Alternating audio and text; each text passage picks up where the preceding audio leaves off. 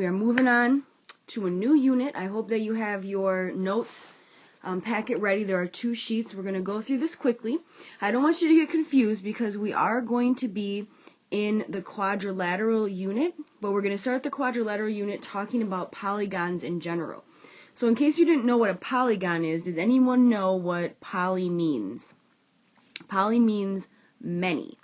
So the first thing on your sheet on what a polygon is, it's a shape with 3 or more sides. So we're going to take it up a notch, and instead of just studying triangles, we're going to study shapes that have more than 3 sides. So we're going to go to quadrilaterals, and we'll look into things like pentagons and hexagons, octagons, etc., but we're really going to focus on quads. So the other thing with polygons is that in order for it to be a polygon is that you can have no curves. So it has to be all straight sides. And the other thing is that the sides cannot intersect. So you'll see below this description of what a polygon is, there's 4 pictures. And so of those 4 pictures, let's determine which are polygons and which are not polygons. So the first picture on the left that looks kind of like a stop sign, that is a polygon. So that is yes, because there are no curves. It doesn't intersect at all, so this works. How about the heart? This one would not be a polygon because you have the curves in the shape of the heart. The third one, if you notice, kind of looks like an hourglass, and since that intersects right there, that shape itself is not a polygon. But it is made of 2 different polygons put together, 2 triangles, but itself is not a polygon.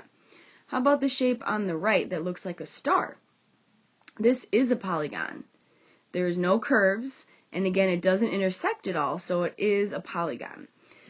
So we're going to be working on these different types of shapes right here, specifically, these 2. And it could be different sides. So the next thing we're going to talk about is whether they're concave or convex. So if we follow along in the reading, it says polygons can be described as having a convex or a concave look to them. For a polygon to be convex, there should be no points or vertices in the interior of the polygon. So that's kind of like, it can't be like the hourglass that we looked at before. You can also use the convex test that states if you extend any side in your polygon, it should not intersect with any other side in that polygon. An easy way to tell if your polygon is concave is when one of the sides is caved or like punched in towards the middle. So if we look at the shapes that you're given this kind of hospital type looking shape that looks like this.